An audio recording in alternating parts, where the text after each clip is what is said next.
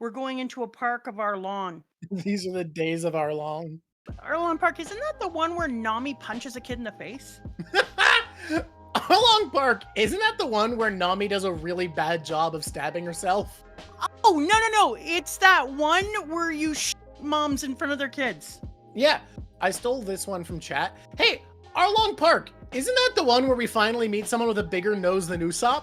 Oh, shade. Arlong Park, isn't it where we first learn how to walk as a group and look really cool? We don't have a guest this week because I had my life get really chaotic, so we had to change our scheduling. We got to just go for it. So that's what we're in now. What's up, YouTube? Welcome to the Arlong Park re-review, where we're going to give you our unfiltered thoughts, breathing new life into this, make you appreciate it more, and some of it, I'm going to make you realize that things that you love have deep flaws, because that's what I had to go through here. Mama's going to come along and she's going to connect it to things that you're going to be like, Mama's crazy. Mama smokes crack. Yeah, I do. You know the story. You know, We I know she accidentally smokes crack, smoked yeah. What chapter are we starting on? 69?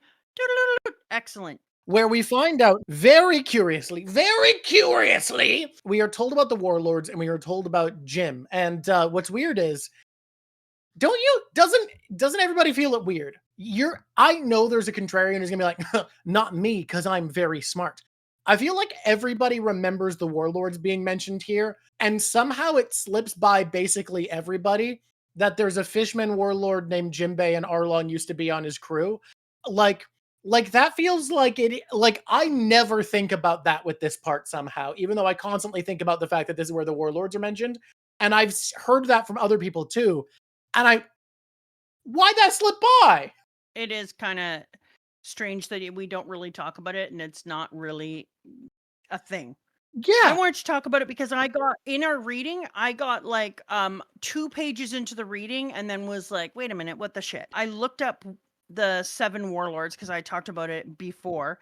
Mm-hmm. There's like a group of people who are called the Shishijin, who are the blessed people. There has to be 7 of them, and only one of them is from Japan, and the rest are borrowed from other Asiatic. So that's the name of the lucky group that is in Japan, and they come out on a boat every once in a while, and they bring good luck and blah, blah, blah.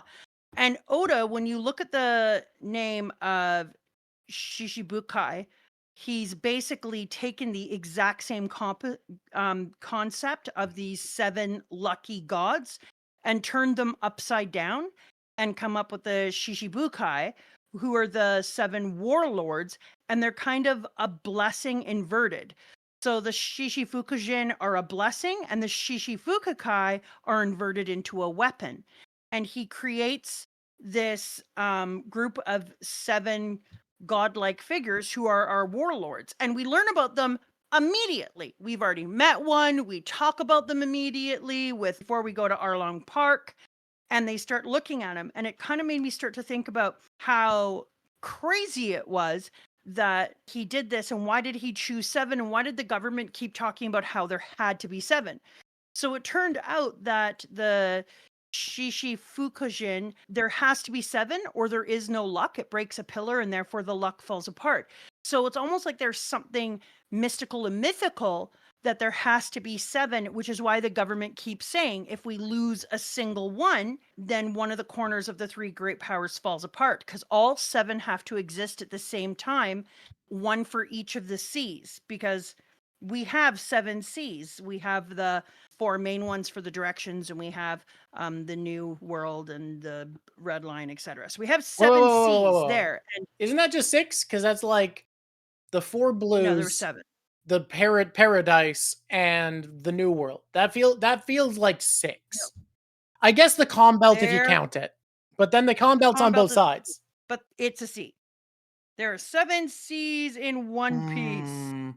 I'll accept this, but there's a Calm Belt on both sides, so it feels off. North Blue, South Blue, East Blue are the 4... Red Line, Grand Line. Whoa. The Red Line's not a sea. I'm not counting that for sure. Calm Belt is the part on the either side of the Red Line. Yeah. I'll accept Calm Belt. There's 4 Calm Belts if we're being pedantic. KPC, I love pedantry. Clearly, we need the North We need the North Paradise Calm Belt, the South Paradise Calm Belt, the North New Calm Belt, and the South New Calm Belt. You're hilarious and adorable, and this is why we didn't eat you when you were young. Anyway, Okay. so you have to have all of them to exist. And so I started to think about how Oda used the exact same concept, only they brought good luck. The Shishi Fukujin, they brought good luck, whereas the Shishi Fukukai become like their weapon. And then I started to think like, oh, that's really weird and interesting. And they each one of them has an area in the sea that they do. And they needed to have them because the government can't be everywhere in the world all at one time. They have to like outsource their violence, and they can't just let the pirates run rampant. So in order to make sure that the pirates can't run rampant, you need bigger groups who can keep the rest of the pirates in from taking over. And then the 7 districts or heavy hitters spread across the sea is like continuous deference and coverage. And it's also like no gaps, nothing to exploit. It's a completeness. So I started to be like, oh, that's really, really interesting. But there was something about it that was ringing to me. And because it kept talking about how the East Blue was the weakest sea, I realized that, remember when I was talking about the 4 different... The 4 cardinal direction spirits and the 5th that binds them, yeah. And then Luffy is in the center as the 5th that binds them. I started to look at that and think like the thing that was missing for me is this. I was like, okay, theoretically then, that would make, if we know about each one of our emperors, theoretically Kaido would be the East. He's the dragon, he's spring, he's renewal. South of the Vermilion actually could be Big Mom now, because I'm talking about fire and life force, and I was thinking about that earlier, which I thought it was interesting you should mention her. But like Shanks's boat is called the Red Force. He's red-haired Shanks. Like, doesn't that feel right? So it's Although we do know he was born in the the West. We know he was born in the West Blue. And that's why I think the West, but the West is also the White Tiger, which really that feels very like Whitebeard, yeah. Like those two literally got colors in the names. Also, the North being Genblue, the Black Tortoise, winter and endurance and defense and calm and protection feels so Shanks coded. Like he still goes to every place and protects everyone and pulls them in. People are saying he made a red bird when he fought Kid. I know. And so it's really hard because he feels like the red bird and she feels more like the tortoise, except for she could be this calm protection that's keeping everyone and have this endurance. That is her defense. thing is protection, like protecting her state is her drive. Eats them. So I would kind of put her there, but for sure, Kaido is definitely supposed to be the East. And so because it's a dragon? Is that our thinking? Because it's a dragon? Yeah. Yeah, okay, that makes sense. He's a dragon, yeah. He is the Azure Dragon, and that one is the Azure Dragon. So like it's possible that he's the Azure Dragon, yeah. Yeah. So you see how one of them is an Azure Dragon and also the other one is an Azure Dragon? Does that have to translate exactly? Feels like an approximation. I mean, it is a reimagining for sure. No matter what, it can't fit exactly. That's why I think we're looking for what fits best. And so I was like, what is really interesting is when we talk about all the other directions, they are always talked about as being the strongest seas, et cetera, et cetera. And the East, which has this giant vital dude who you think would have the most power, his area is seen as the weakest sea. And yet all of our big, huge, awesome people we had all the beginning of our crew all come from the East Blue. And then I realized that Kaido was distracted. So every one of the other directions are all sending minions out, protecting their space, thinking about keeping their space and their area because their minions will take care of it for them, but they actually acknowledge that they have territory that they need to manage. Whereas all Kaido was doing is living in this place where he was staring at the mythology of the sun and believing that one day he would turn out to be Joy Boy. And because of this, he was just trying to find ways to die and to live up to this mythical quest of him transforming into Joy Boy. So he didn't even look at the East Blue, which means that the East Blue then had this opportunity to become one of the most corrupt areas because there was no people monitoring or looking for it. I have an alternate reading that I like on this that I didn't come up with this on my own. I came up with this jumping off of yours, which is the idea that these are meant to be the winds of different direction, and very specifically the winds of change. And another way the East was neglected was after Ginny got kidnapped, Dragon let there be no one from his group. And everybody knows Dragon probably almost certainly has a wind ability. We don't know what it is. I think it's a wind Logia. That's my guess. Weather, like, But dude did more than just bring out the wind. yeah. I mean, you can make weather with wind, but either way, he has some sort of weather or wind power. And these are the winds of change. These are the winds of the directions. And you can make lightning with wind. You can just move the clouds, shift them about. Do Nami shit, right? So my thinking here is that the East Blue is also partially the weakest because it was neglected by this being that represents the winds of change. And we know he explicitly is putting people in charge of managing all these areas. And people can't grow strong and develop in the East Blue because the revolutionaries weren't there to stop a figure like Smoker. And they weren't there to stop a figure like Arlong. So after Ginny was gone, Dragon didn't have a player in the East Blue monitoring it and keeping things together. So that is a way that it was really directly neglected. And my reading is, I feel like you're right that the emperors are meant to represent the four winds symbolically, but they don't actively put much reach in the other seas, whereas we know for a fact Dragon and his forces do. Yeah, because Dragon is outside of that pantheon, though. Like, Yeah. Dragon is his own thing. I mean, I think that's fine. Which allows it to be true. But the other thing that I was going to say is that by Kaido being distracted, it leaves the East Blue free to have all these different corrupted forces as well. And Dragon is not over there as much anymore after everything that happened, so he takes off as well. But it allows for some powers to come up and find their own strength and build themselves and use it as a training ground, because the East Blue is also where we get all of our core group who end up coming out into the rest of the world, which I thought was really interesting. And then with Luffy in the middle is Nika, the sun god, or the axis of the center. He's not just another emperor, but he's the one who unites the whole and holds them all together. I think what's really interesting then is that I think about Kaido out there trying to build himself and build his legend and kill himself because he believes that he is part of the mythos of the Nika mythos. And meanwhile, he is. By him taking off and allowing that part to not be monitored properly, Luffy becomes the strength and power who he is and is allowed to become a leader, and Luffy ends up becoming Nika. My big contention there continues to be that, like, we don't really see the emperors interact with the other seas. Like, they seem to exclusively operate in the New World. Like, except for we know that their people do, that they have people. Okay, so let's think. We know Big Mom does because she has resource harvesting going everywhere, right? Yep. So we can put that one. We know that I guess Shanks does. Shanks was in the ocean at first, but he over in the wasn't an East Blue, emperor but when he visited Luffy. He was just Exactly. a dude. So exactly. And then we know that he goes know. place to place, visiting them all and putting Let me people think. under his wings. And he's Kaido, literally just sailing around. Kaido stays in the New World, but that's part of your theory, so we can keep with that. Yeah. Whitebeard, do we know if Whitebeard has any, like, we've never seen what his operations outside of We knew that the Whitebeard New had the World biggest armada, and he would send people off to protect them, because we know that the But do we know he did that fishmen outside were of under the New World? protection. We knew that the fishermen were under the protection of Whitebeard. We have inklings that all of the different people send people out in the world to take care of different groups, that they're all kind of monitoring, and they have different people who go through. And especially we know that Shanks has the ability to do a fast traveling, so we don't know what the other fast traveling abilities are.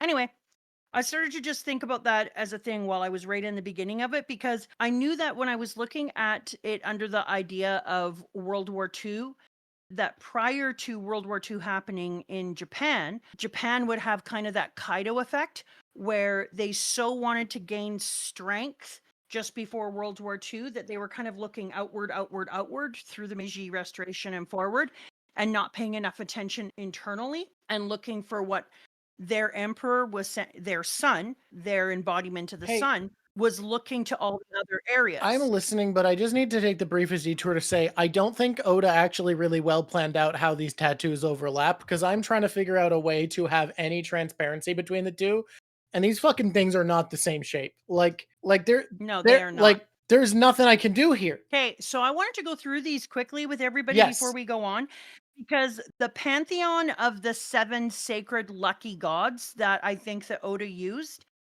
they're all different types of traits, Okay. and I kind of created what I think the traits would be.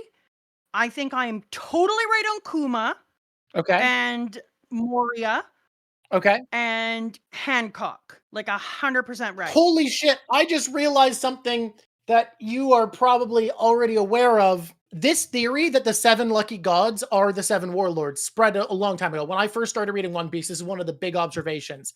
I didn't know that. And then it kind of died out.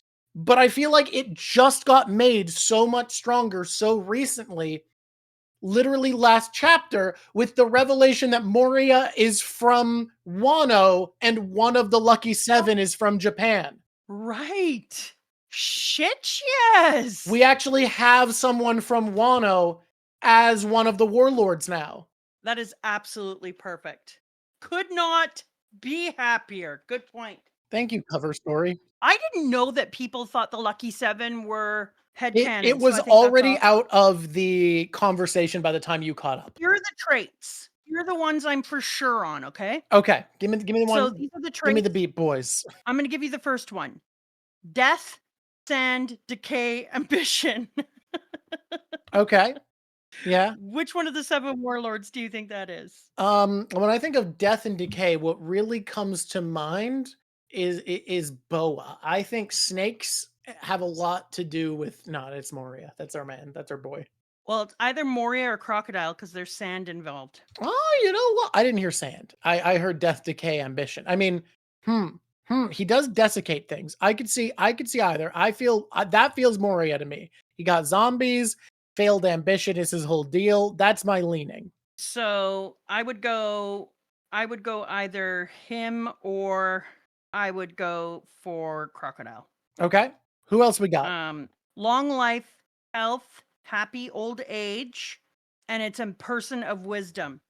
Huh. Okay, so my leaning, if we're doing the original 7, is Kuma. Ibisu is prosperity fishing smiling figure. Who could that be? Okay, prosperity, fishing, and smiling. Who likes to fish? Fishing involves hooks. Hooks are sharp metal. Sharp metal is swords. Clearly, it's Jinbei. I'll just stop it there.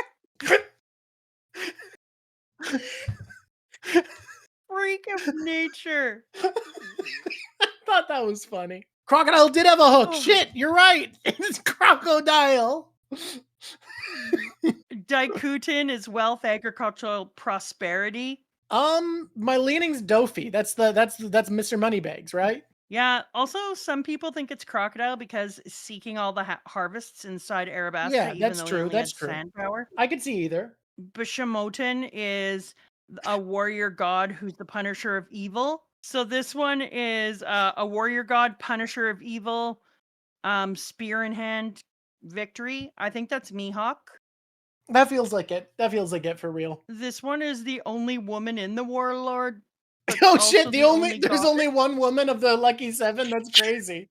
I wonder who we're gonna put her on. Does she have something to do with? Let me think about how mythology works. Does she have anything to do with love? Oh my god. Love, music, eloquence. How am I so good at this? How am I so on it? Dude, that's crazy. You're a myth god. Are you a myth god? So here's where I'm at, right? We got one woman who likes love. Where's love a lot of One Piece? Well, the Island of Women, no, not that one, has a big heart-shaped palace. And that guy's best friend is Kuma. And Kuma visited Gecko Moria, so it's Gecko Moria. Nazboa. Remember that these are kind of like, sure, all right, that works for me. I'm into it. There's one about longevity and longevity. It's like when you say longevity wrong. Longevity and wisdom. We're one chapter into Arlong Park, by the way. Anyways, that's Don Quixote. The one that really makes me be like, yes, is the one that is Kuma. Who's old age and calmness and protection. That feels right, yeah. Wise before his time, carries a symbolic weapon. So I think that that's the one that is supposed to be Kuma, and then Gecko Moria is the opposite of the abundance of laughing. He laughs at everyone else. Do you think the other one about death and decay is Croc? I could see that, I yeah. do think that it's Croc. I think, like, To me it feels Moria, but like the fact that it's about ambition and Moria is about defeated ambition makes it feel more like Croc. and it's really interesting because they're seen as guests, like the lucky seven, the seven gods of fortune, the Shikafujin, are supposed to bring blessings across domains, but they're guests. Which one of them is a native god to Japan, like something that wasn't adopted from another pantheon, from another culture?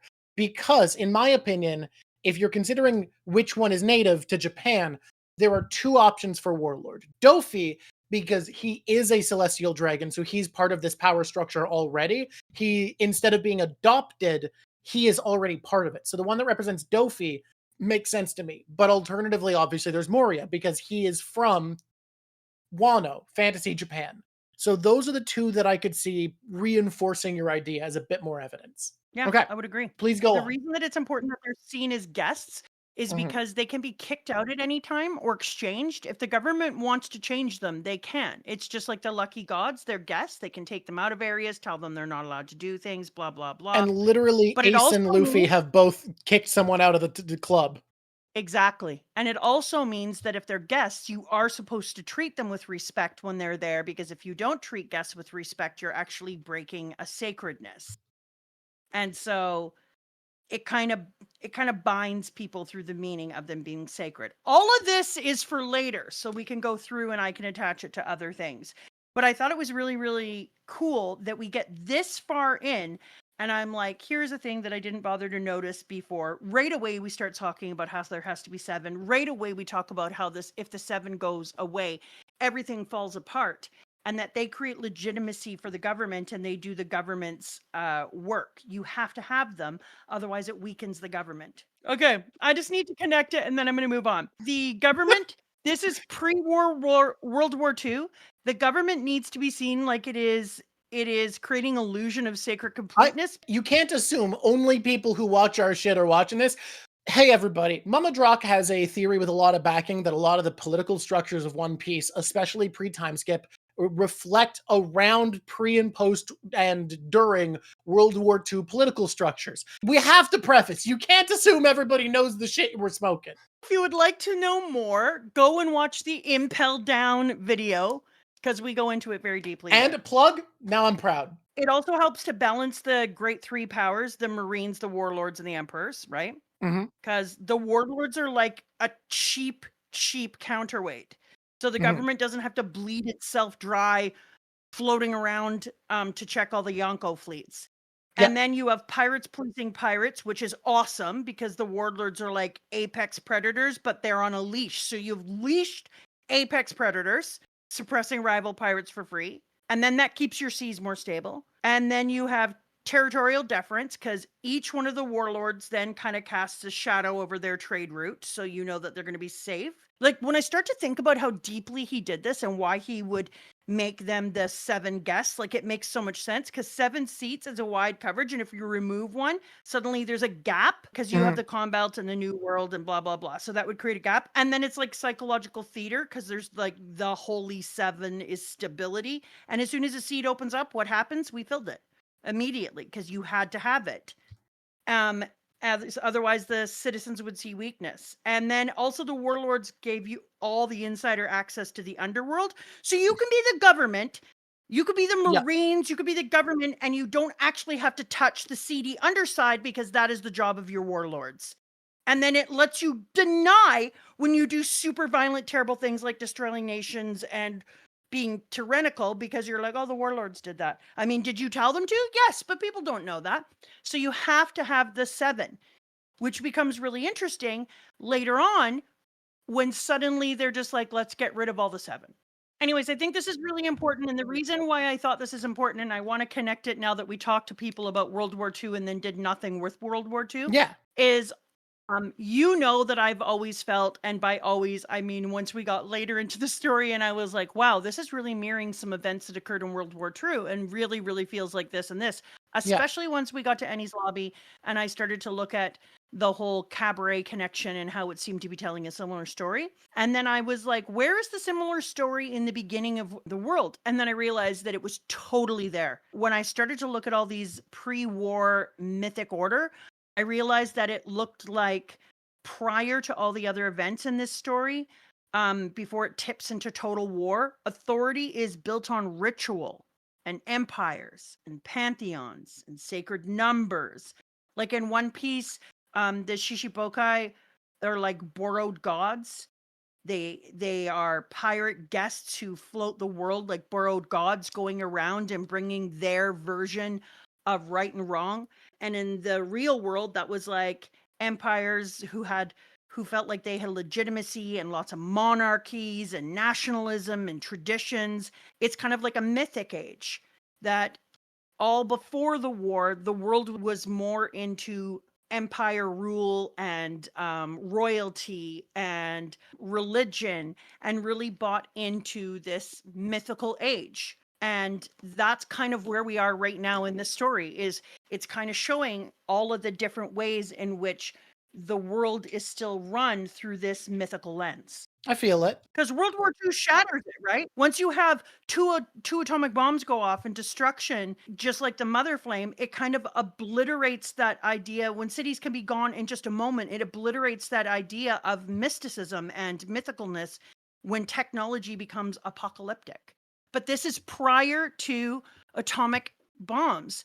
So there's still this mysticism and this like 7 sacred warlords who travel the world in a triad of unity and strength, and it's a very different kind of age than it is after we see the large destruction of places like Lelusia or atomic weaponry. I don't disagree. I see it a pre, during, and post-war, and I see the 7 warlords and I see the 4 emperors and Luffy as being like ritualized order. Everything prior to World War II is ritualized order. The entire world is built off of religion and empire and myth.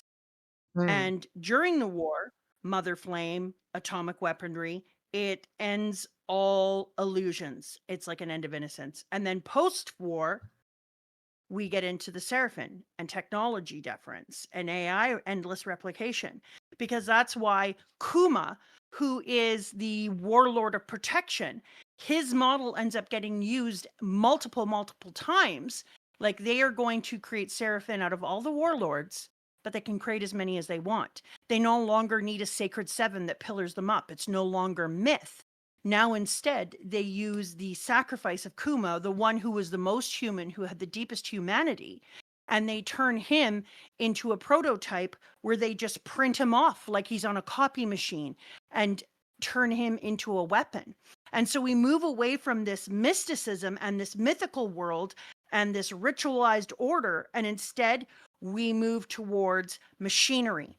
And machinery in a modern age, it doesn't need your compliance through ritualism. You don't do these things because you feel that you need to in your heart. You don't invest in them in that way. Instead, it rules you through fear, which is what takes place after you absolutely decimate and disappear entire places like atomic weaponry. And Kuma then, who was used as a sacred sacrifice, now becomes the replicated use of fear all over the world in this ironic way. And instead of 7, it's infinite. And instead of caring if you are leaning into it in a mythical manner, it's fear. And they don't give a shit anymore. Which means then that Luffy is kind of like, he is myth's answer to the machine age. Luffy is still in the center of the 4 directions, standing as the center of the sun and saying like, no, the opposite of this is laughter. The opposite of this is joy. I am myth's answer to the machine age. And it's almost like Oda is saying that Luffy's character is meant to remind us that we don't win in a machine era, in a post-war era, through hating others and gaining better weaponry. We do it through community, agency, laughter, and joy. What I love about the way Oda writes myth in general is I feel like he Oda has, in my opinion, and I could be misreading, very much the same view of spirituality that I have, which is that spiritual significance is human. That gods, their meaning, the meaning of myth, the meaning of culture is humanity. That, like, someone being a god is someone who either earned or not is in a position where they have absolute unquestionable authority or are achieving things and having belief put behind them that allows them to be acting in a way that is seemingly impossible. The seven warlords being figures of myth in the world, I agree with, but those are people. Those are just dudes, but they've been given the authority of something meaningful and spiritual by the world government deigning it such. And I don't know. I Yeah, that's the same as royalty. it's We decide who has power and yeah, control. We give the myth, and the myth binds and it is together. made spiritually and culturally important, but it is all human. And that is very much my view of spirituality as well. Of like all of this stuff, even if it's real, is real in this human way. That is the real meaning of it. The celestial dragons being gods is because they are given the power and status of gods. Which is exactly what I'm saying. There was a mythical completeness, and then when the seven are no longer there, it's a spiritual bankruptcy. And that's why Luffy is literally, he embodies re-enchantment. Luffy is re-enchantment with the world. Instead of being terrified by the world and fearing of nuclear weaponry, he's joy laughter. He is the divine access against like a Cold War, cold machine world. He's post-war, clinging to the ideas of it's kind of like Japan went in a very clinical scientific way. And what did Oda and others hang their hat onto? Astro Boy, a manga, a myth creator, A myth a creator about story maker science, but about science, but it's still, it becomes culture and it becomes laughter and it pulls people back. And so it's interesting because now when I was watching, when I was rereading this and just kind of coming up to it from the beginning, and I didn't know that people had gone into the seven in that way before, I started to be like, it's so interesting to me. Why do I feel like Luffy is myth's answer to the machine age? And then I started to travel backwards and figure it out. And it was like, damn, yeah, because the Seraphim are like the atomic mother flame. They are mirrors of that same World War II and then post-war mirrors. And so the warlords transitioning into the Seraphim is a metaphor for humanity leaping forward in war into an age that no longer has the same soul, like we were all taken out of childhood. something that hit me, Oda did such a great job with this that Kuma's flashback changed what rereading One Piece feels like forever. Yeah. Where we Yeah. see Kuma watching Luffy, knowing he will be the sun god, believing in him. Yeah. And Yeah. rereading One Piece forever now is reading it from Kuma's perspective of being like, this is him. This is the story, and we Yeah. get to see that. And you, when I told you that on the phone, pointed out that because you had figured out he'd be the sun god so early, kind of read like most of One Piece from Kuma's perspective. Because it wasn't until Jaya, this was before you had that revelation. So you are now reading this for the first time from that perspective that you read the rest of it from. And I think that must be interesting. It's why I immediately went into this, because it was so weird now to get to reread it knowing that from the beginning and look at all the clues. And that's what I keep thinking.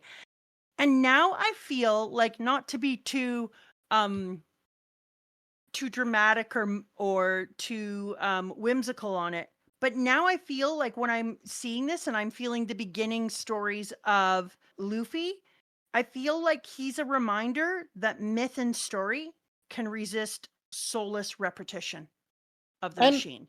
And I think that's a lot of what One Piece ends up being about, where this is meant One Piece is meant to be a lesson. It's meant to be something you carry with you, that like this story is meant to be a myth that you can carry with you. Well, he's saying if you put myth and story as a god of your Mhm. world, you will live in a better world.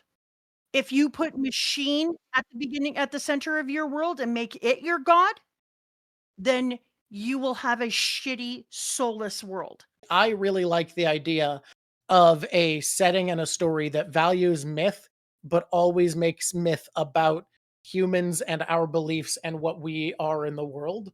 So yeah, so people are like, was it Jai or Little Garden? Little Garden was Luffy's a god and there are gods. Kind of took a backseat as a discussion for first part of Alabasta and for Drum Island. And then Mama brought up in late Alabasta the idea of Luffy being the fifth thing. And then we were specifying, actually saying it as Luffy's the sun god by Jaya. So that's been kind of the transition, which I think was the perfect arc for coming to it, because that meant Mama Drawk was watching Skypiea with the idea of Luffy the sun god, and that cinched a lot of the beliefs. Well, when I saw Skypiea, I was like, obviously, dude just put his fist into an actual sun. If you hadn't have come to it by then, I don't think it would have felt as obvious, but because you were already on that, like, I think that was the exact right time for you to go from I believe this to I am certain. This really pushed me into my World War II theory even more when we went back and I was reading Arlong Park. I was like, this just feels like the Shishibukai are doing the whole Alabasta Jaya thriller bark. Pirates are guests going around the world. They're mirroring like Japan's pre-war reliance on the Imperial mythology.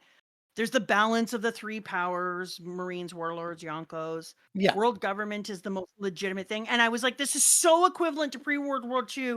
Like lots of Japan's ritual hierarchy and sacred myths, but it's so pre-World War II, before Impel Down and Marineford and the global world war breaking out. Like it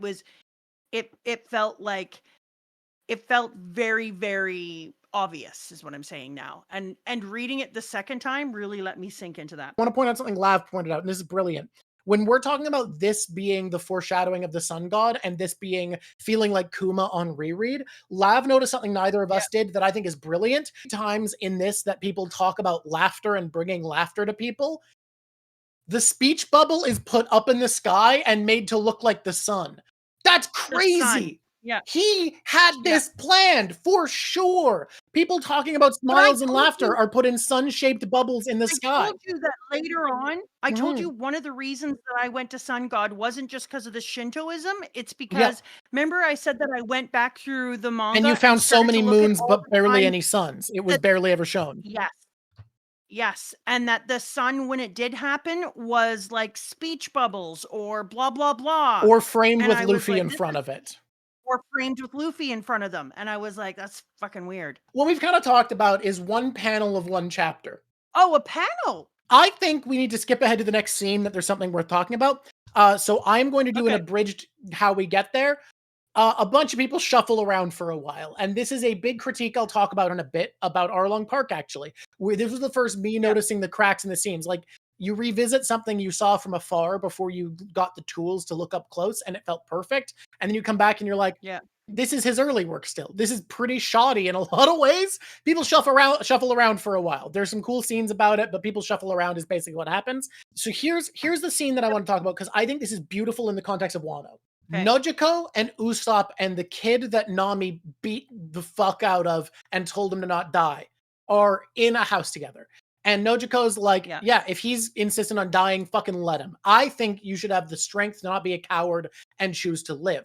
Now, this scene is so goddamn important for Arlong Park. It's one of my favorite scenes in a lot of ways. One of them is Nojiko is with the rest of everybody, that when they finally run out of hope and they just want Nami to not feel trapped, they choose to die by literally charging Arlong, knowing he'll kill them.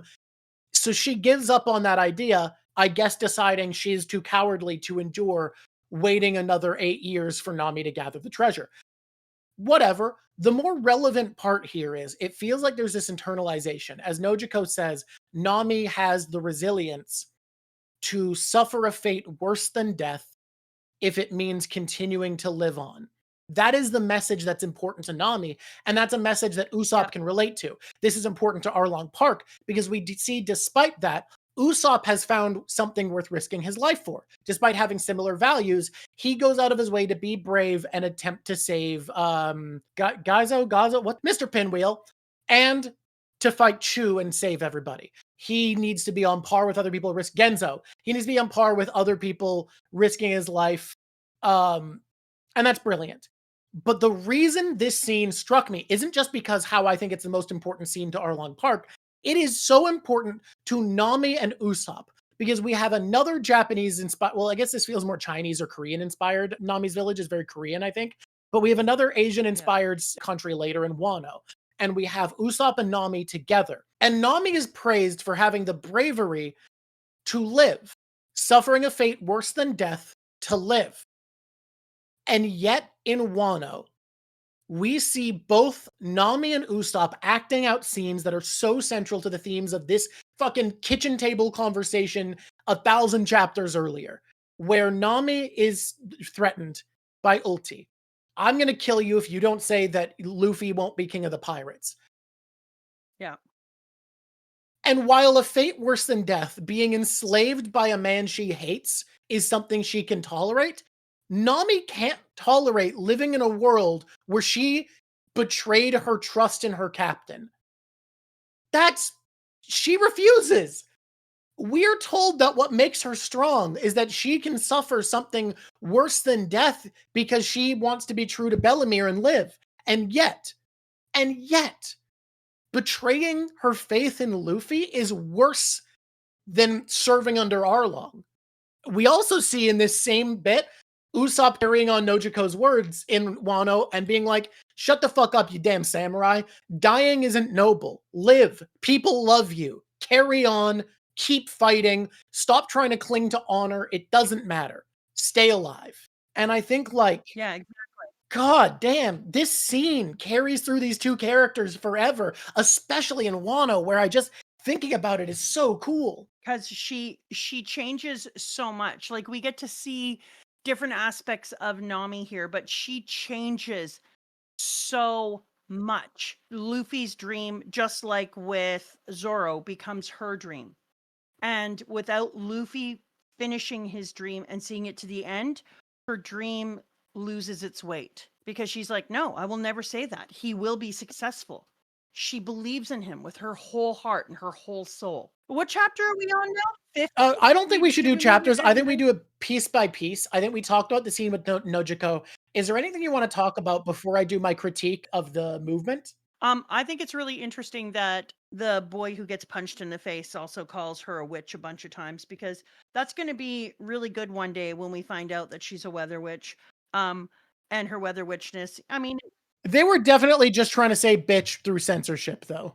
It's not like I don't know that, but it's still going to be great when she gets her hockey up to like a gazillion and everyone is like, oh my God, Nami, your hockey. And she's going to be like, suck it. And then she's going to be like hockey rich out in the open. Okay. He does do one thing that I appreciated here. Like, he starts to bring in the map here, and later on, he does use mapping in a more effective way, but he starts to use it here. Doesn't this map look like a joke compared to a later One Piece map? Like, absolutely. I'm just like, this map is bullshit.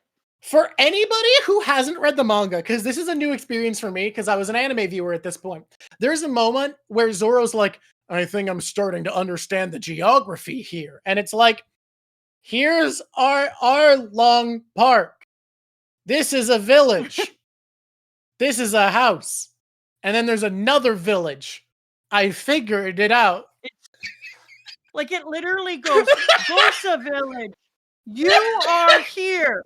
Cocoa Village, Arlong Park, Rose Compass. When Usopp is like, that means I'm beginning to understand the geography around here. Usopp, if you can't understand the geography. Oh, it's Usopp. I thought it was Zoro. I misremembered. It's Usopp. That's so funny, though. Okay, that makes more sense.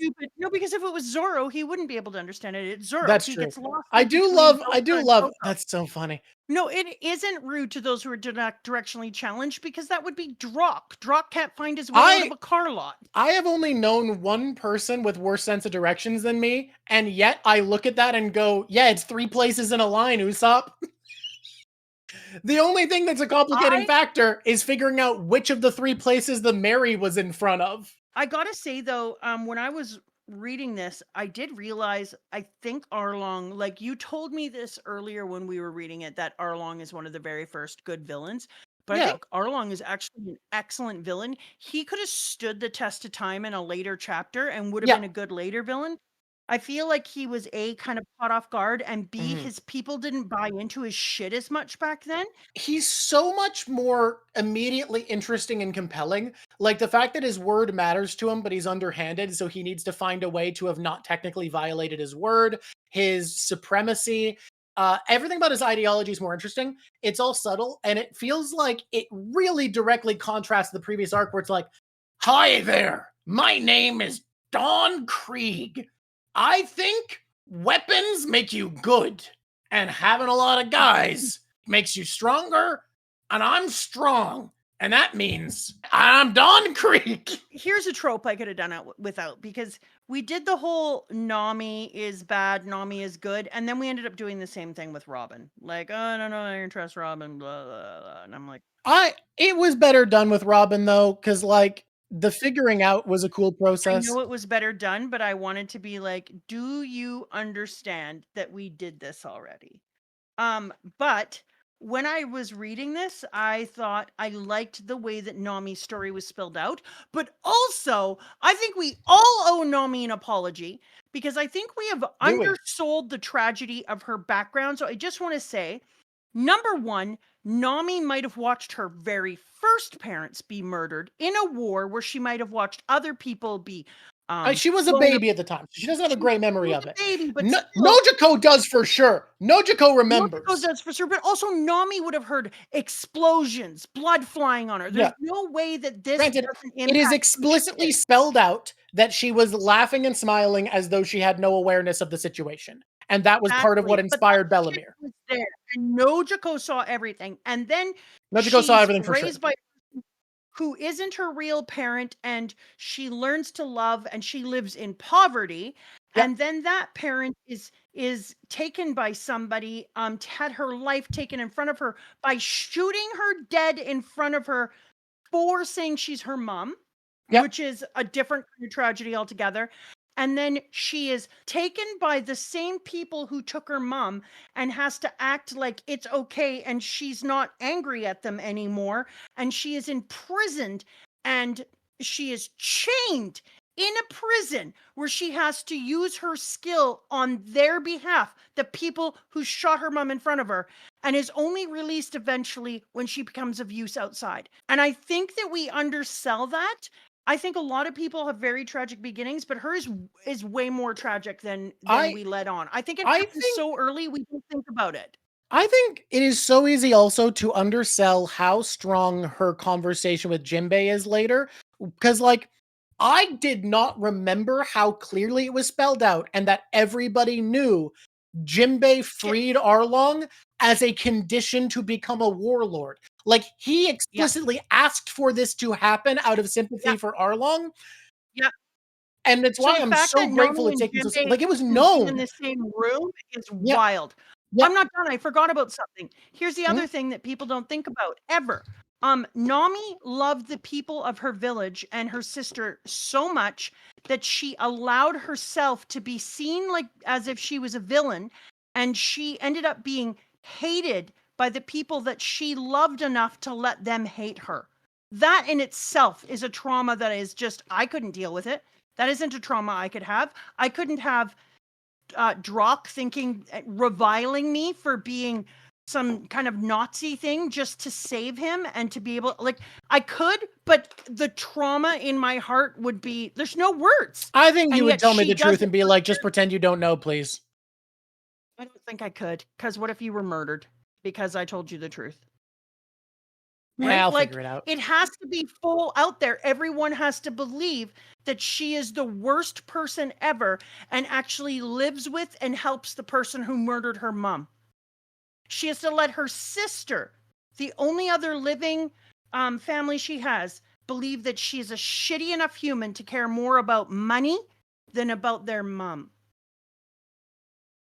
All to save the village. This is like, way worse. She is GOAT, and I think we are underselling her value. Oh, wait, says the woman who knocks Nami off the chart all the time. So fucking bad. We Well, it's owe really her an bad. apology. Like, this is so much worse than we made it out to be.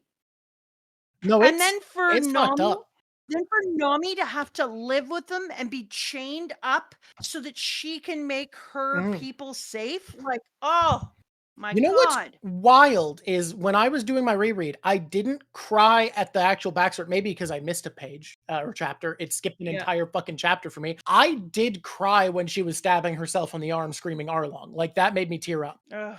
I got a little teary in a few places in here. This one was brutal.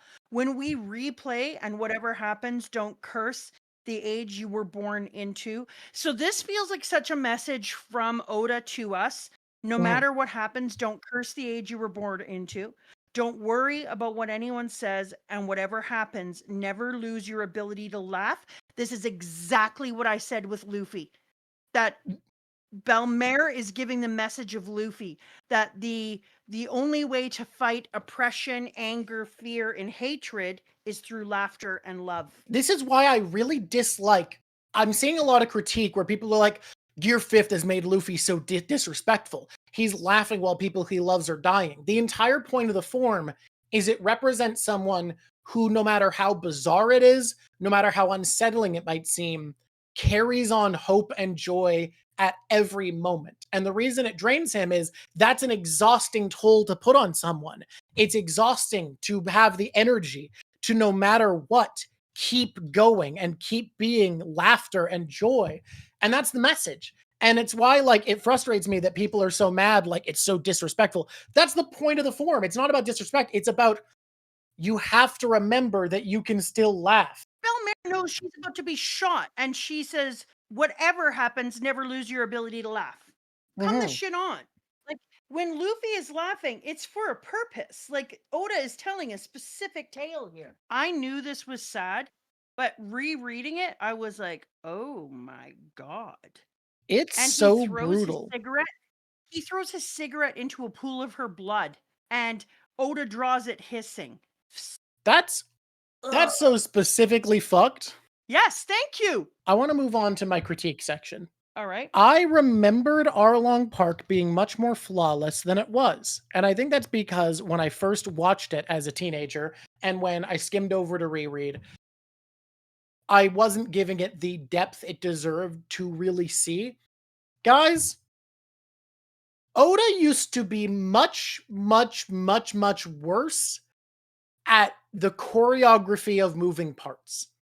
And what I mean, why I'm specifying is because I'm not talking about the type of choreography that is picking what punch someone's going to use, or describing action, or having people fight, or coming up with martial arts moves. I think that is all perfectly competent at this point, and I don't think it's ever the strongest part of One Piece. I think One Piece is always more about its characters and lore. But I mean the storytelling choreography, the way you move characters from place to place and keep that feeling lively.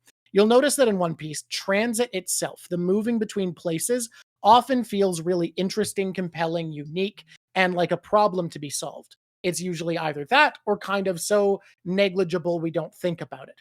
Think about how often in One Piece, literally just getting place to place is well choreographed and considered.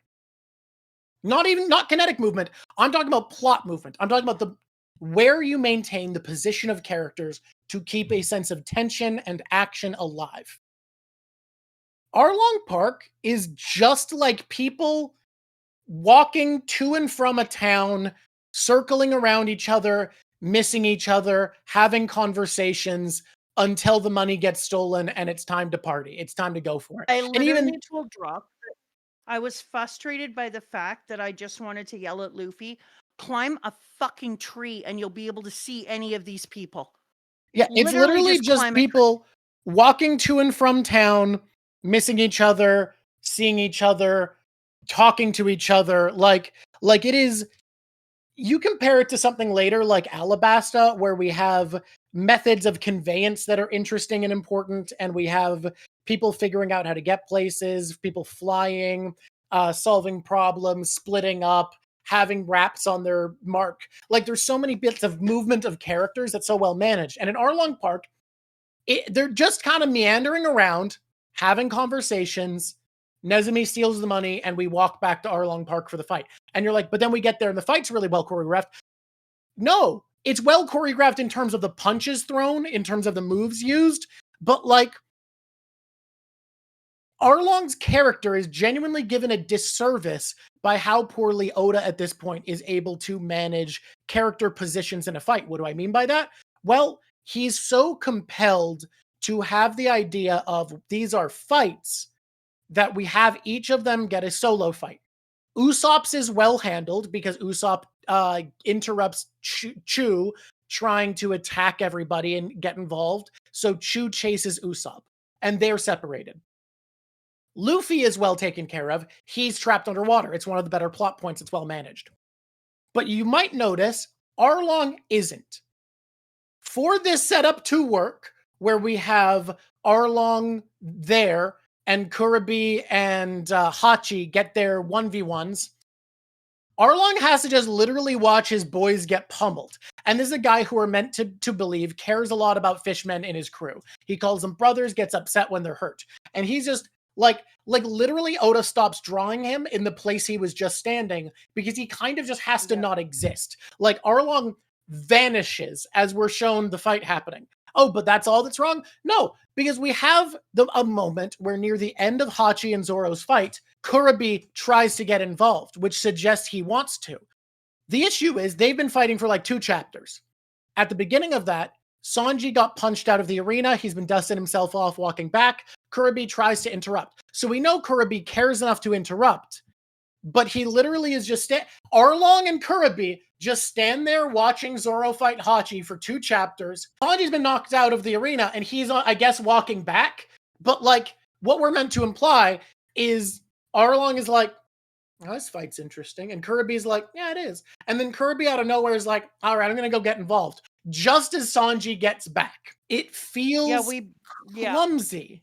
Interesting take. Don't disagree. He's just sitting there. He's just letting it happen. But here's the issue. We are never shown a reason to believe that. And I don't feel compelled by it while reading because later on Kurobe tries to interrupt. So the idea that there's a sense of honor and they need to prove that they're stronger doesn't really feel like it tracks. Like we see them give a reason for the villagers not to interrupt because Johnny Yasuku are like, hey, don't do it. You'll die. You'll get in the way, buds. But we're never shown any reason to the extent that until a piece of the fight is meant to be brought back in, Oda stops drawing them. Arlong stops existing in the literal place he is standing when he starts existing again. Who was it who said they're like, it's, oh yeah, Mountain Ash. It's like they're fighting in Pokemon. It really is. But in Pokemon, they'd be given commands, and they're not. So it's not like Pokemon, because Arlong literally vanishes so that it can work. Like, he literally is written out. And you say he's not Toriyama when it comes to the paneling conflicts. That's true, but that's not the issue. Because Oda is able later on to solve this problem via a different means. Where instead of just drawing 3-dimensional spaces that bring them away from the other fighters, later on in his career, Oda is really, really capable of having dynamic plots where people have to move around to keep them out of the fight, right? We have Crocodile on his mission to go get the Poneglyph, so he's not involved. And we have Luffy being defeated by Crocodile twice, so he's not involved. And then we have things like finding the bomb to get people uninvolved. There's plot movements that keep characters away from where they can't be for the plot to progress the way Oda wants and to get the matchups he wants. And those are really well handled. We have Zoro getting lost. We have ways of moving characters around. But in this, because it's so early in his career, literally all we have for why the characters aren't getting involved is they aren't being drawn anymore until it's time for them to be involved again. Oda just literally stops drawing them as the solution. And when you're used to a higher bar of One Piece, it feels really clumsy. I agree. It's funny because I don't think that a lot of things to me have felt clumsy. Some of it has felt either overcrowded or empty sometimes, like back and forth between the two. And the way that we tell the story, like the mapping and stuff, is juvenile. It's definitely amateurish compared to what he does later for the maps. Yeah. But this part, I was like, you can't just have people disappear from the frame because you don't feel like including them. Yeah. Like like, oh, we can't have Arlong getting involved in this fight, so Arlong is going to stop being drawn. And then once Arlong's boys are down, Arlong will step back in and beat them up off screen, which I'm fine with him beating them up off screen because it's to set up the menace that he's able to take out Sanji and Zoro, obviously an injured Sanji and Zoro, just by throwing water at them. And then he does one more attack before Luffy gets woken up again. It's all good. That part I'm fine with. But like, it just feels like the movement of characters from point to point is handled so much less well than you would be used to in later One Piece. It feels really, really clumsy. That said, the emotional beats in this fight, I think, are really well done, to the point that, like, the bit to me that felt the most... Maybe too well. Yeah! The bit to me that felt the most like, oh, I'm Kuma believing in the sun god through this kid's actions was the moment Luffy gets... And god damn, thinking about the moment from Kuma's flashback where he sees Luffy practicing the Gum Gum battle axe, going, if anyone tries to take one of my crew, I'll hit him with this. And then seeing the moment where he's like, it's time for the move I practice for beating someone who takes my crew, is when he sees blood on Nami's pen and goes, ah, you turned something she loves into torture. I'm gonna fuck you up. When that moment of Luffy getting fully serious when he sees that, I could hear the drums of liberation. It feels so cool to reread a moment like that, where you're like, yeah, this is him. This is the kid who's here to represent what Arlong's brand is supposed to represent. Like, he's the one carrying on what Arlong is supposed to believe in. This is liberation. Fuck, it feels cool. I have to tell you that okay, you want to talk about emotionality? I did a character analysis on each one of the characters here and how they show their beginning characters things, Okay. but we can do that or not. I don't care. Do what you will. There's a page in chapter 81 where Frankenstein Freddie Mercury is hugging Nami, and he says, "You've done enough. You can't carry the burden for a whole village anymore. You fought well for us, and it must have been worse than death for you to join that crew. You fought well, but now you should leave the island." And then she pulls a knife at him and says, "They'll kill you if you fight." And he says, "We know." And he grabs the goddamn blade. Genzo's so well characterized.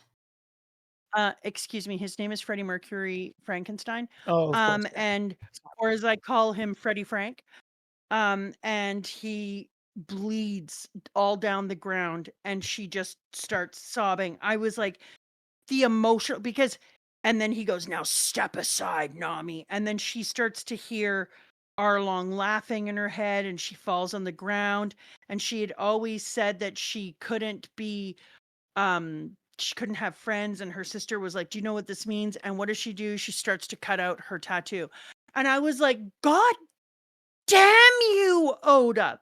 Dude, it made me cry. That's the moment that finally made me tear up, was her carving the tattoo. So wild. The amount of emotion you were able to put in here is, oh my god. Yep. Because the blood of Genzo is already on the knife and she starts stabbing herself with his blood, and I was just like, he hit nerves in this section. Yes, he had some areas that were just not pulling their weight. He was disappearing people, but as far as emotionality went, it's brilliant. It's brilliant. My god. And then afterwards, to have Luffy do his little weird swing and put his feet together and bounce before he put the hat on her head. I was like, oh, and right, she remembers what he said about it first, like, yes. And then puts the hat and goes, "Don't touch my hat, it's my treasure." And she goes, "Luffy." And then he goes, "Let's go." And they all go, "Right." And then you have already had the pre-work of her sister talking about the thing that she fears the most is having friendships. And so she's just had a moment where she found out that everyone doesn't hate her, that her life is filled with friendship, that she has a lot to lose still. And now her new friends are sticking up for her, rated her most desperate moment. which for her, we're just like, that's amazing. But when you start to think about it, which for her is also a piece of hell, because now she has new people to worry about. New people she'll feel responsible for having died. Like, it's wild. The emotionality of this arc was absolute wildness. Oh God, it's so good. We have so Yeah, much it of why this really was is. hard for her set up earlier, and Luffy doesn't listen to it because he trusts Nami. He is only doing this because he trusts her and sees how she Yeah, feels for real. And the second she yeah, admits it, he's like, I got this. The reason it's beautiful is because it is Luffy, without knowing any of what's happening, all at once understanding what she's been through without needing anything. Not telling us about the drawing room is so that we can be with Luffy as he goes, I get it now. Go fuck yourself. yeah, exactly. No, I think that if you had shown it any earlier, it would lose. Okay, it would be like if you did an incredible fireworks show, but you put your best firework first. Like, Mhm. there's a build. You're telling the background story. This follows right into what we talked about before about some of the background story and building it up in a specific way in order to have that impact. And I feel like him seeing the slavery, like he couldn't feel it, smell it, see it, or taste it because Luffy is a visual person, but he trusts you and he believes in the things you say. But him standing there in the silence, looking at the spot and seeing Nami there and feeling the despair of being in that space after you watched your mother be murdered in front of you, it it is the grand firework display. It is the thing that ignites him. It's exactly what it is. It ignites him and he goes off. What were you going to do it earlier? And then what? He just has that boiling inside him? That's a very different way of playing it, and it doesn't fit with the rest of the arc. I have one thing I want to add here that's very interesting. I think live action, not including Don Krieg and shortening Baratier, was the right choice for them, but it makes the Baratier weaker. Weirdly enough, I think it makes Arlong Park stronger. And the reason I feel that way is because live action viewers didn't like Zoro got to be the serious one we thought meant anything, who was the actual fighter, and Luffy got to be a goofball for all of the East Blue until Arlong all at once lets you see how fucking dangerous this kid is. And I think that's really cool because watching the Yeah. choreography here, you feel like Luffy is so goddamn different. Like seeing him be like, oh yeah, you are everything I hate, still feels so powerful, but I feel like it's made a little bit less impactful for the fact that Don Krieg was made to be a pretty hard fight. Like, it wasn't just a walk in the park. Luffy did just kill him, but it didn't, not kill him, but you know what I mean. But like, it feels like I kind of wish Luffy hadn't have already had a fight that was at all a big deal where he had to show off how strong he is. This still feels a bit like that, a bit like, oh, we're seeing what Luffy really is now. But like, Krieg was just hard enough to not make it hit that way. I completely agree with you. So I don't have anything to add. I'm sorry. I want to be a good co-host, but sorry, I'm just saying yeah, but I don't have an ad. Um, reading this made me remember the thing I said about sea monsters being used as kind of a cage around the islands, kind of like a Mm, moat to keep citizens down to their island. This reinforced it to me because prior to Arlong getting there, the citizens in one village felt cut off from the other village because it was difficult for them to go through. And until Arlong came, Kokoyashi felt cut off. Like it felt like it was cut off and couldn't go to the other village to find things out because the water was dangerous. And for mhm, me, that helped to reinforce my ideas that the calm belt is the ultimate in a guarded spot where A, you can't use the wind to get away, and B, all the monsters conglomerate there and it's a nursery. But the fact that one village, which is lined up in a 3, felt like it was cut off from the other village until Arlong got there, and he was also able to bring goods in, that they had nothing until then, and they didn't have the ability to go out because their boats weren't big enough for them to feel comfortable. Makes me feel like, yeah, it's like a local ruler's, Mhm. like, the marine world is used as a way of keeping normal citizens. And I think, like, narratively, it's a great gatekeeping device, because if the world is going to be flooded, the very best way to keep people debilitated is to put a natural piece of infrastructure like an animal so that you can't leave your island. And this, it was when I heard that one village felt like it was cut off and it couldn't bring supplies in and it couldn't get anything to it, that I was like, well, they can't, because um, they're saying things like it's suicide to swim in the waters, let alone, like, you can't take out a small boat. You need to actually have a boat big enough to take you safely because of the monsters. I fully agree. I'm still torn on whether or not I think the sea kings are placed intentionally, but the idea of the waters being dangerous to control people makes sense, and it's something I could see Emu doing. But they definitely are on the Joy Boy side, so I feel like it's one of those things where we're almost there, but there's some thread to tie it together.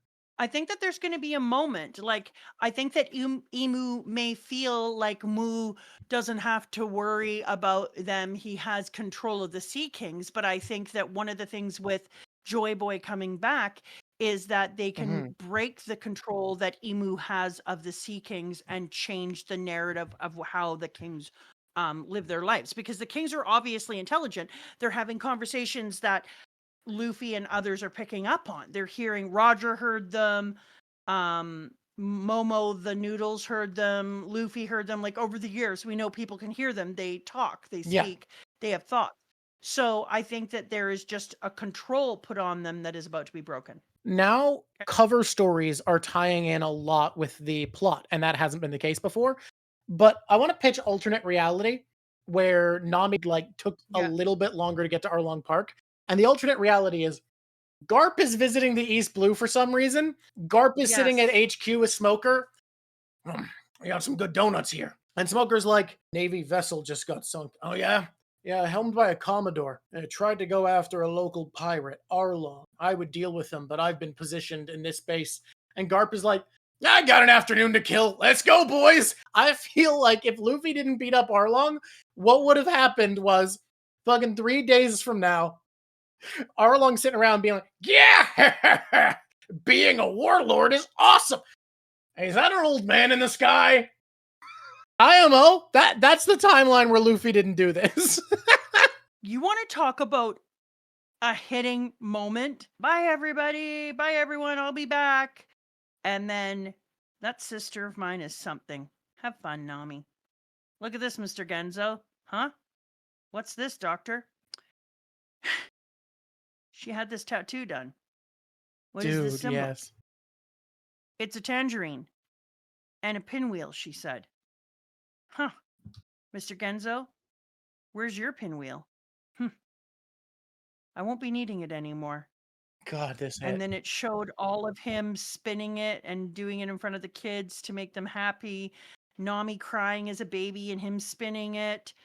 And then this part, we see going Mary out to sea, and we see the grave of Nami's mom. The skies are clear, and the winds are fair, and the pinwheel merrily spins. And then it says, I won't be needing it anymore. Come on, laugh for me, Nami. Hey, she's laughing. Oh, Dude, I teared up. That was the second part that I teared up. Oh, oh. it's beautiful. It it was so brilliantly layered to not only go into that moment and for him to understand that Nami saw him as her father figure, and that her spending those years in forced labor were for him, for everyone, but for her sister and him, Yeah. and her understanding that that pinwheel was for her, so she saw his love, and she needed to have symbols of that love with her. Like, oh, It's so beautiful, come dude. on, Oda. the layering of the past and the future in that moment, and the fact that they say there's no wind and the sky is clear and the pinwheel merrily turns, so we just have this like moment of Nami's mom saying goodbye to her. Like, shut up. Yeah, I got teary there as well. Like, I had a It's so couple of moments beautiful. in this one. I think this was I think this was one of the moments where I really fell in love with One Piece. It's The next arc that we're going into for me, I think was the real one. Like I loved Arlong Park, not for the Arlong moments at all, mhm. but for all the story around the Arlong moments. The thing is, Arlong as a character was good, but like Yeah, and a great villain. great villain. It really what just was the management of him is so much Yeah, weaker than future villains, but the yeah, emotional setup and payoff here is fucking brilliant. The way this yeah, characterizes each of the Straw Hats is so well done. The space each of them occupies, Oda getting into his rhythm of how to write these stories about yeah, emotions and about people and their motivations. And frankly, yeah, how well he realized a lesson that I think he hadn't quite figured out in previous arcs, which is, you know how I said Garp would have freed these people? I think he would have. But imagine how much I agree. less they would have valued the world they had after if it was just an old man from the sky punching their bad guy and leaving. They got to be part of the Yeah, story of saving themselves because that's what Luffy does. And now they know the strength it takes and the conviction they need to survive. Like, this place has been made better and happier and stronger and safer because of the way Luffy saves somebody. Because their yeah. story of them isn't just an old man flying in, yelling galaxy impact, and they're free. They had to be part of it. And we seen in the past, like, we seen in the past how Luffy likes people to have their own agency in the story so far, but nothing like this. This one here was for me, the time when we first see Luffy's true character, that he believes every single person wants to help themselves before he helps them, that they have to have some form of agency first, because he doesn't believe in people just unlike Whitebeard and unlike Shanks, he doesn't believe that you can hold someone's safety and you can make someone safe and comfortable and have a good life just by putting yourself in front of them, because he understands I am a moving piece. I'm not going to be here all the while. It's the whole teach a man to fish narrative. And so Luffy is like, no, I'm not catching a fish for you. You're going to fish. You need to Mhm, learn to value your freedom and to fight for it. I can't be here all the time. So you're going to have to start preparing for it and thinking about it and treating your freedom as something that is so special that you actually have to do the work to be free. mhm. And so that's that Luffy narrative that we talked about before, that we're already seeing this early in the story. But And I think that it's amazing. I want to compare it briefly to something else we've seen because you can compare it to what Bello Betty does when she's freeing people in the Grand Line from pirates, where she's like, "Yeah, believe in yourselves. You guys fight. I'm going to use my devil fruit." But that's like this understanding of what needs to be done, but trying to create it artificially, of being like, "Yeah, we're not just going to fight for you. Fight with us." But like, Luffy creates it so organically in people. He inspires people and understands where they're at and meets them in their motivation so authentically and organically, while being willing to shoulder the brunt of the actual combat, being like, be part of it, back me up. I can't do it without you, as just part of how he operates, because he is inspiring, because his being inspires people. And I think that's such a noteworthy difference between intellectually understanding what to do and just because of who you are doing the right thing. Yeah. And I think if you look through it, I kind of looked at each character and some traits that we see. Like, okay, so for Luffy, you can play along and add or refute, or be Yep. you. Um, so he refuses to step in until Nami asks him, because he Yep. respects her agency, but it's not just a respect of agency. It's a demand that people want agency. I will protect what you've chosen to fight for, is how I Well, like to think of it. especially Like, because if you like don't choose, I'm not doing it. He doesn't just want to free people physically, he wants to free whatever mental block that is inhibiting their ability to be free themselves. And you can't Exactly. do that by force. And we see it all over the place, but the areas I chose are Alabasta, because right away Vivi is like, I'm gonna save my own country, and then Luffy doesn't join in until she actually admits to needing help and asks for it. Mhm. He's like, all right. Luffy And literally then hits her Eni's like, "What are you lobby. gonna do? What are you gonna do about it?" Exactly. And she's like, God, they were so good for each other. I really love that arc for the way that they both make Mhm. each other such better leaders. I will always love that arc for that. Eni's lobby and the before that with the rescue with Robin with the I want to live. Remember, he doesn't help her and won't help her until she admits to wanting to live. Yep. And then Fishman Island, he lets Jinbei reconcile with his people's history before stepping in. Refuses to fight Don Oh, it's a Flamingo sabbatical, in never mind. Dressrosa until the Yep. people rise up themselves. Won't throw Kaido for Wano until the samurais choose to fight for their country's freedom. Like, it's over and over and over. And I Yep. just love that he requires you to act in your own agency, or he's like, fuck you. Yeah. I did one for each one of them, and I won't go through them all because Yeah, dude, Nami, she's so important. so she endures 8 years of sacrifice, reviled by the village, in her opinion. She saves money in secret, showing her strength. Like, she has such determination and strength, and she finally only asks for help once she's exhausted. And so I was thinking that Nami is already showing, because I think that I undersold her strength as a character separate from Luffy, and how calculating and how brilliant she is.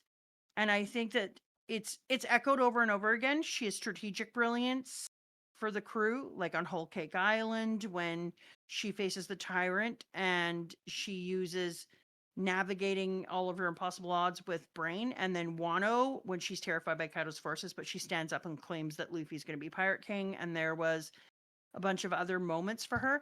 And I was like, um, she is so into protecting her crew. Like, this is the first time we see that she didn't want to have friendship, and then from this moment on, this is the moment that we see Nami change and put her friends as family, and they become everything, desperately her family. And then it shows that over and over again. Hello, YouTube. Do you see that? That's a tattoo. You should get it tattooed right now. Don't do Stop that. everything you're doing.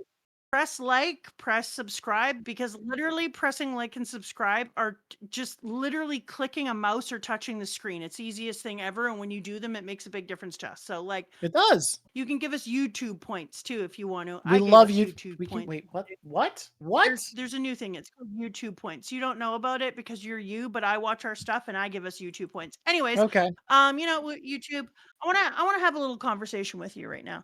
I was gonna take you aside. Hey, come over here, YouTube. I wanna have a little tiny talk. I'm a mom, and I just feel like right now the whole world needs a mom to just let them know it's gonna be okay. It's gonna be okay, YouTube. You've got this. I believe in you. Give yourself a pat on the back, get a beverage, have a sit down, maybe have a cry and let it out, and then just know I believe in you. You got this. After you get a tattoo. You can tell I'm a mom because I'm convincing YouTube to go and get a tattoo immediately. That's what mums do all the time. They're famous for it. All the time. Moms are famous for going, why aren't you getting a tattoo? All you need is a tattoo. The world can be a bitter place. Why don't you be the joy boy to the current world? Go bring somebody some happiness. Sometimes you're in the middle of shit. You're trying to be nice and it backfires. But that's okay. Just because it backfires doesn't mean you should stop being nice. It just means, like, okay, now you've learned to ask people if they have allergies first. You've learned a lesson. You've learned a lesson in life. 9 out of 10 doctors agree. The 10th doctor? You don't want to meet him. That 10th doctor's an asshole. Just a bad guy. Screw you, Dr. Jerkface. Back to the regular program. I've had a really nice time today. I like that it took us 15 and a half hours to do 2 pages. Yeah, to leave one panel. To leave a single panel. That was my favorite part. My favorite part was that we spent forever on a single panel. Do you think we're going to do that when we talk about Logetown? I just realized our timing is so good. We're going to be talking about Logetown right after finally getting any information about Dragon. Oh my god, that is such a good matchup. Next week, Dragon is probably going to finally do something. Not gonna lie, it's about time. This bitch, this bitch here, this dragony bitch. Yeah. I still have this asshole sitting on my desk talking about these things will exist. Gold Roger. A pirate, eh? Not a bad idea. I still have that on my desk. I'm waiting for anything. For anything Yeah. from this bitch. He is facing east, obviously. I'm not an asshole. Like, He loves to look obviously. east. He just loves it. And I believe we have closing segments we sometimes like to take on. I, on the bell curve of One Piece, will give this an A-. There's flaws in the delivery. The choreography is not there yet. We're still developing our toolkit. We're getting better. But this is really good. This compares. There are Grand Line and post-time skip arcs this competes with and even beats. And you know what? That's A- territory right there. interestingly, I also give it an A-. Really? That's curious. Yeah. I think as a standalone, if I was reading this and it wasn't attached to anything else, I would be like, this is nearly perfect. But the part that wasn't perfect for me was the disappearing people and feeling like we were in a poker fight. But emotionally, it was one of the deepest, most rich things I've read in a long time. And it would compel me to want more chapters. So it's an A-. It doesn't feel like it's all the way there, but it is really good. Let me think. Who do I have a prediction for? This is tough because most people I'm just kind of expecting to stay in their village, you know? Like I think I don't think Nami's sister is going anywhere. No, I think Genzo and Nojiko are both just going to be there. We're not doing top fives. Why is the answer to we're not doing top fives? What about a different top five? I think Hachi. Oh, you I think bastard. Hachi is going to be running an incredibly successful restaurant in Fishman Island. And is going to marry Kami. You're the worst. I was gonna pick Hachi because I was like, yeah, I gotta pick Hachi. I don't know what else to do. Okay.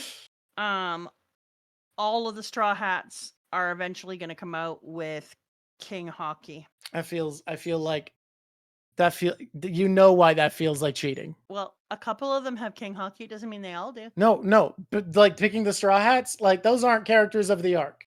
I'll let you pick Nami specifically and do something with her. Oh, okay. Well, Nami is going to be a weather witch. She's going to have King. There you go. There you Hockey. go. There you go. I'll count it. I'll count it. That's not cheating. Yeah. All right. I'm going to put Nami in the top 5. She's my number 1 and nobody else is in the list. Oh yeah, she's in the top 5. Fucking hell. Yeah, you got her number 1 on the top 5. We did it. Okay, I'm picking a number and the number is 16. There they are. Yay! Number 16. Thank you, Richard Grant. You are the special squishy of the episode and have a human name. Richard Grant. My God, Richard don't you feel Grant. like Richard Grant should be a spy? That is a spy ass name. Like That is a Richard real Grant is spy-ass like name. that's a fake ass spy name that somebody is like, what's your name? Richard That's Grant. just name. That's just I've name. got a little bit. Hey, I've got thank a you little to the list. crew Richard tier Grant. patrons, Dark Akuro, Draco Beam, Dr. Jack, Dancing Viru, and then the 2 who don't start with a D, Icy Knives and NX Love. Look, I gotta be real. Of course Zoro doesn't care about Six Sword style, guys. Do you think you could meet someone with the like vibe of Hachi and take anything he does seriously? I couldn't. People keep pitching more Isn't That the Ones, which I find very funny that this bit has caught on so well. I love you guys. Everybody, thank you so much for being here. This was really fun. I'm very excited for Logetown, especially because we're going to get to see Dragon do something before we talk about Logetown, which is that's all you could want in the world, right? I'm very excited about Logetown. Until next time, everybody. Squish on squishies. It's been lovely talking to you. Bye.